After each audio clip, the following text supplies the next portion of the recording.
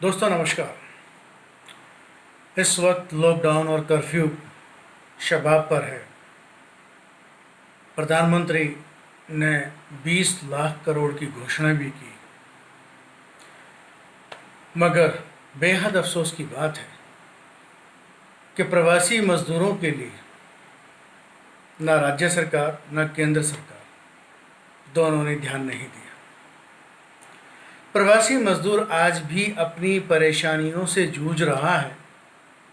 केंद्र सरकार ने 20 लाख करोड़ का बजट जो दिया, किसके लिए दिया? राज्य सरकार को क्या मिलेगा, राज्य सरकार को कितना बजट मिलेगा, वो किस पे खर्च करेंगी, इसका कोई ब्यौरा नहीं। दोस्तों, अहम बात जो आ रही है वो आ रही है ऐसे तबके की जो सड़क पर उतरने पे बार बार मजबूर हो रहा है। एक तरफ सरकारी नुमाइंदे कह रहे हैं कि उनके पास में हम खाने के लिए उनका सामान मुहैया करवा रहे हैं, मगर खोदो पहाड़ निकलती है चुइया। 8-10 लाख की आबादी में सरकार बड़े फ़ख्र से कह रही है कि हमने 80,000 लोगों तक खाना पहुंचा दिया। 10% लोगों के पास में खाना, 90% लोगों के पास में क्यों नहीं पहुंच पाया? वजह क्या है?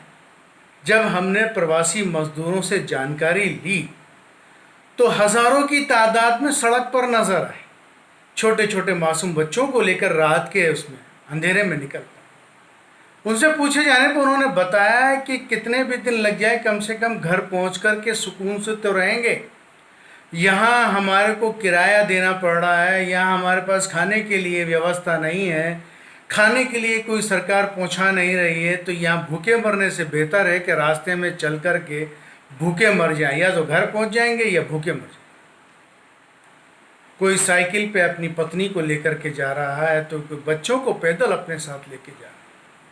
पता ये चला कि साहब ट्रांसपोर्ट नगर पर बसें लगी हुई है और वहाँ से लोगों को अपने अपने घर पर पहुँचाने के लिए तैयार खड़ी, मगर गलता गेट थाने के अधिकारी ने वहाँ सभी जो प्रवासी थे उन सबको रोका और उनसे ये कहा कि आप लोग नहीं जाइए, आप लोगों का खाने का इंतज़ाम करवा दिया जाएगा।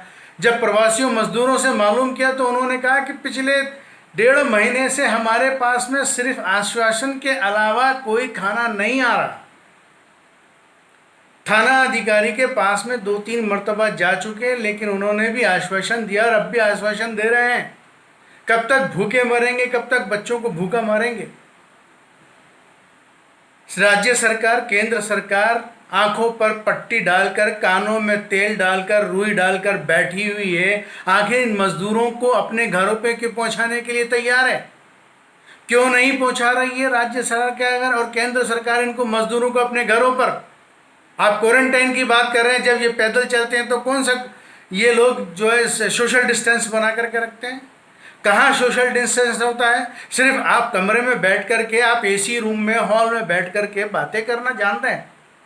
चाहे प्रधानमंत्री हो, चाहे मुख्यमंत्री हो, चाहे सांसद हो, चाहे विधायक हो, चाहे वो पार्षद हो, चाहे कोई भी नेता हो, सब सिर्फ बातें करना जान रहे हैं, मगर प्रवासी मजदूरों के लिए इंतज़ाम करने के लिए कहीं पर भी कोई इंतज़ाम नहीं है।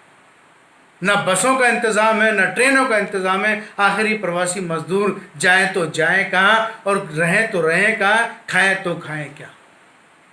क्यों सरकार इस तरीके से इन मजदूरों पर जुल्म कर रही है?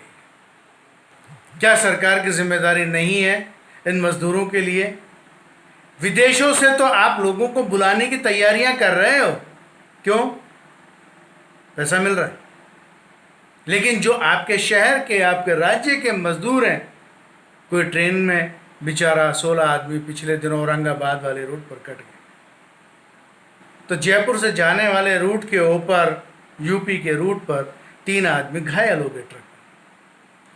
पैसा भी ले रहे हैं, आधे अधूरे में भी छोड़ रहे हैं, ऐसा काम भी कर रहे हैं, परेशान हो रहे हैं, तकलीफ़ें उठा रहे हैं, फिर भी राज्य सरकार, केंद्र सरकार क्यों अपनी आंखों पर पट्टी, कानों पे तेल डाल करके बैठी हुई है?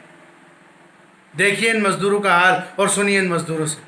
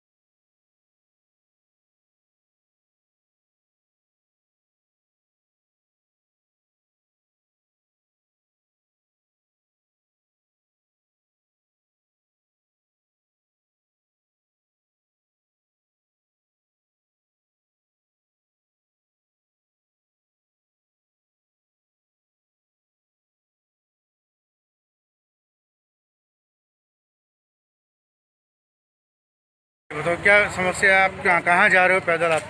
सर दिक्कत गांव जाना है बरेली अपने। अच्छा, हाँ, क्यों? दिक्कत आ रही है। परदेश है, गांव में सुकून है, यहाँ पे कोई सुकून ही नहीं है। राशन पानी की कोई व्यवस्था नहीं है गांव में। ये तो पता है, गांव में खेत वाड़े हो रहा है, उससे खा रहा है अपने। नहीं, ये बताया जा रहा है कि बहुत सारा राशन बट रहा है, क्या? हमें नहीं मिला, किसी ने राशन नहीं दिया, किसी गवर्नमेंट ने नहीं दिया।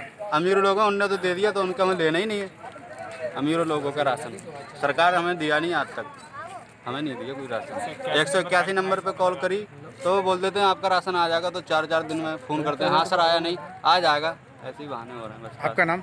मोहम्मद नदीम। तो क्या समस्याएं हैं, किन किन समस्याओं का सामना करो, कितने दिन से कर रहे हो? सर काफ़ी दिन हो गए हमें, लगभग जब तक हमारे पास था साधन सर खाने का, तब तक तो हम खा रहे थे। जब हमें नहीं मिल रहा है सर, तब तो हमें घर ही जाना बेहतर नहीं, समझा। अब आप लोग पैदल जो जा रहे हैं, क्या आपको मालूम था बसें वसें लग रही हैं? आपको कोई इन्फॉर्मेशन मिली क्या? सर पब्लिक जा रही है रास्ते में सर, पुलिस वाले जो आगे प्रशासन है सर, वो भी हेल्प कर रहा है हमारी, वो भी किसी न किसी साधन पे बैठा देता है सर। इसी वजह से हम भी निकल रहे हैं, हमें भी आगे मिल जाएगा कुछ ना तो कुछ। 2 महीना हमने देख लिए, काफ़ी टाइम तक। सुना आपने इन मजदूरों के हालात, कैसे हालात हैं?